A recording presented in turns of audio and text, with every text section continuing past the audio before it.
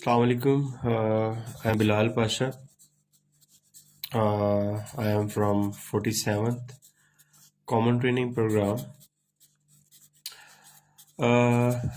एक बड़ा important topic है जो आईआर में, आपके यूएस हिस्ट्री में, करंट अफेयर में, इवन के पाक अफेयर में भी बार बार पूछा जाता है, कोल्ड वॉर। कोल्ड वॉर की तो शायद मैं डिटेल में ना जाऊं।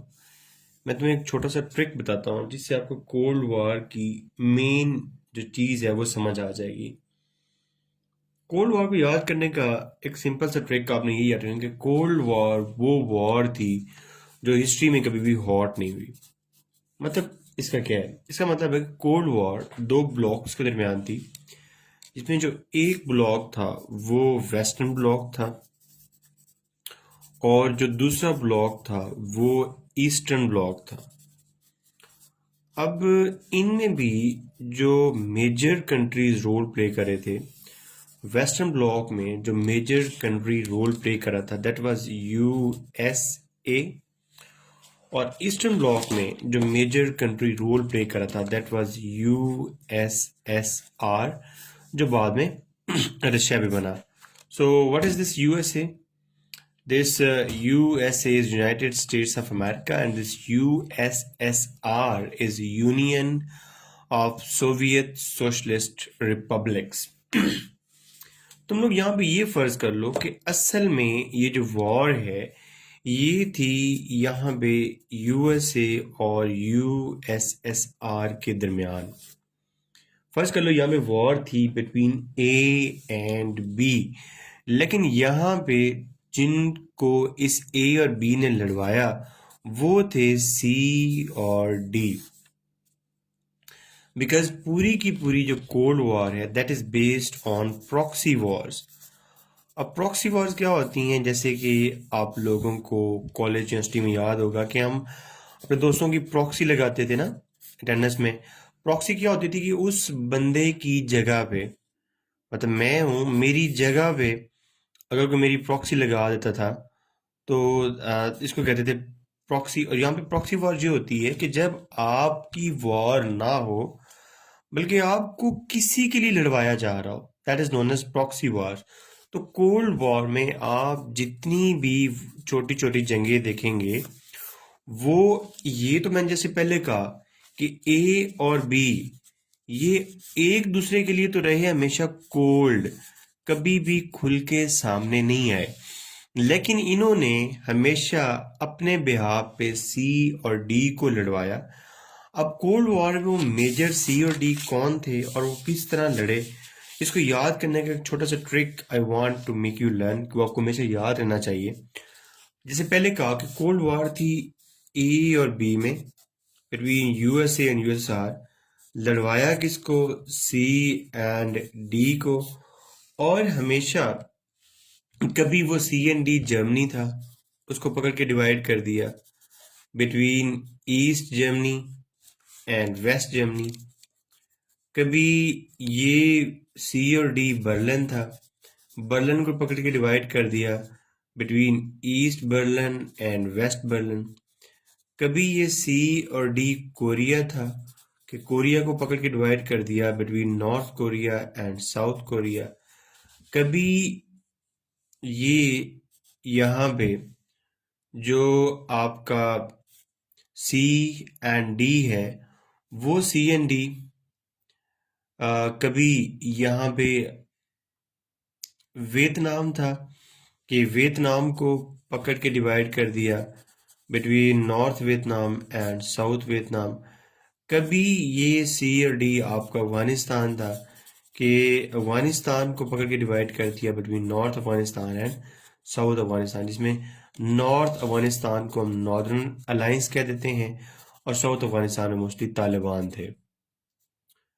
Coming towards the main point, जैसे कि मैंने तुम्हें पहले बताया कि असल वॉर ए और बी की थी, लड़वाया सी और डी को।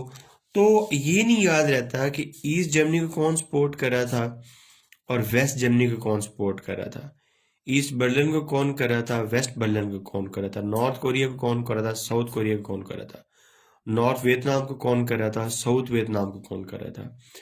नॉर्थ अफगानिस्तान को कौन कर रहा था और तालिबान को कौन सपोर्ट कर रहा था। तो मैं आपको छोटा सा फार्मूला बताता हूँ, उस फार्मूले को आपने माइंड में रखना है। अगर वो आपके माइंड में रहना तो आपको कभी भी ये प्रॉक्सीज भूलेंगी नहीं कि हु वाज सपोर्टिंग हु। देखो छोटा सा एक वर्ल्ड मैप बनाते हैं हम, छोटा सा, कि ये वर्ल्ड है, उसमें ये अमेरिकन कॉन्टिनेंट है और इसके साथ ये अफ्रीकन कॉन्टिनेंट हो गया। बाकी ये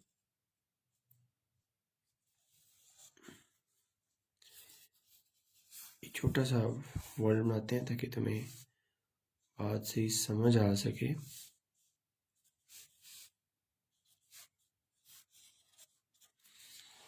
अच्छा, अब यहाँ पे इस वर्ल्ड को कोल्ड वॉर की वर्ल्ड देखो। बस कोल्ड वॉर की वर्ल्ड में कह लो कि ये जो यूएसएसआर है ना, ये बहुत बड़ा था यूएसएसआर। अब कोल्ड वॉर की प्रॉक्सी को याद करने के लिए ना इसको डिवाइड कर लो इस तरह कि नॉर्थ एंड साउथ में वर्ल्ड को एक दफ़ा डिवाइड कर लो और एक दफ़ा वर्ल्ड को डिवाइड कर लो बिटवीन ईस्ट एंड वेस्ट में। अब एक छोटा सा माइंड में फार्मूला अप्लाई करो, वो ये देखो कि उस टाइम भी और आजकल भी, उस टाइम भी और आजकल भी, उस टाइम जो सबसे बड़ा कंट्री था वो यूएसएसआर था, जो कि बहुत बड़ा था। यूएस तो उसके मुकाबले में कुछ भी नहीं था। जो यूएस इधर है तो बहुत छोटा सा था। यूएसएसआर इधर रशिया, इधर सारे जो सेंट्रल एशियन रिपब्लिक्स हैं, इधर ईस्टर्न यूरोपियन की कंट्रीज, वो सारे के सारे यूएसएसआर का पार्ट बनते थे। अब इस स्कीम को माइंड में रखते हुए नॉर्थ और साउथ में देखो, नॉर्थ में एरिया किसका ज्यादा है, यूएसएसआर का। तो यहाँ पे फर्ज कर लो कि मैंने लिख लिया यूएसएसआर, तो अल्टीमेटली जो दूसरा पार्टनर बचेगा वो यूएसए है। और फर्ज कर लो ये एक वर्ल्ड है छोटू सी। उसके बाद एक दफा वर्ल्ड को डिवाइड कर लो बिटवीन ईस्ट एंड वेस्ट। ये हमने डिवाइड किया नॉर्थ एंड साउथ। और मैंने सिर्फ आपको इतना कहा कि आप ये कर लो कि इस वर्ल्ड को माइंड में रखो और ये देखो कि इसमें नॉर्थ में ज़्यादा पोर्शन किसका था, यूएसएसआर का। तो अल्टीमेटली जो दूसरा पोर्शन बचेगा वो वहाँ पे मैंने यूएसए लिख दिया। और यहाँ पे मैंने ये कहा कि ये फर्ज कर लो कि वर्ल्ड मैप को माइंड में रखते हुए कि ईस्ट पे कौन था, ईस्ट में था यूएसएसआर और वेस्ट पे कौन था, यूएसए था। अब इन दोनों चीज़ों को माइंड में रखते हुए जितनी भी प्रॉक्सीज थी वो बना लो। अब देखो, एक सबसे पहले जो चीज़ डिवाइड हुई वो जर्मनी की डिवीजन थी। किस में, between East Germany and West Germany. उसके बाद डिवीजन कोल्ड वॉर में थी बर्लिन की। बर्लिन किस में डिवाइड हुआ, between East Berlin and West Berlin. उसके बाद जो कोरिया है, कोरिया किस में डिवाइड हुआ, between North Korea and South Korea. इसी तरह यहाँ पे वियतनाम किस में डिवाइड हुआ, between North Vietnam and South Vietnam. और same is the case with Afghanistan, कि अफगानिस्तान किस में डिवाइड हुआ, बिटवीन नॉर्थ अफगानिस्तान, जिसको नॉर्दर्नर अलायंस कहते हैं, वही लिख लेते हैं, और नीचे मोस्टली थे तालिबान। अब यहाँ पे ना ये प्रॉक्सी में समझ नहीं आती कि इसको कौन सपोर्ट कर रहा था और इसको कौन कर रहा था, इसको कौन कर रहा था, इसको कौन कर रहा था, इसको कौन कर रहा था, इसको। उसके लिए वही जो मैंने फार्मूला बताया है उसको माइंड में रखो कि ये वर्ल्ड है। इस वर्ल्ड को अगर हम नॉर्थ और साउथ में डिवाइड करते हैं तो नॉर्थ में ज़्यादा रीजन किसका था एरिया, यूएसएसआर का था, और साउथ में डेफिनेटली दूसरा प्लेयर वो जो है यूएसए हो जाएगा। और अगर मैं वर्ल्ड को कहूँ कि ईस्ट और वेस्ट में डिवाइड करें तो ईस्ट में यूएसएसआर था और वेस्ट में यूएसए। अब ये वाला फार्मूला यहाँ पे अप्लाई करो, देखो ईस्टर्न जर्मनी को कौन सपोर्ट कर रहा था, यूएसएसआर, और वेस्टर्न जर्मनी को यूएसए। ईस्ट बर्लिन को यूएसएसआर, वेस्ट बर्लिन को यूएसए, नॉर्थ कोरिया को यूएसएसआर, साउथ कोरिया को यूएसए, नॉर्थ वियतनाम को यूएसएसआर, साउथ वियतनाम को यूएसए, नॉर्दर्न अलायंस को यूएसएसआर, नीचे तालिबान को कौन सपोर्ट कर रहा था, यूएसए।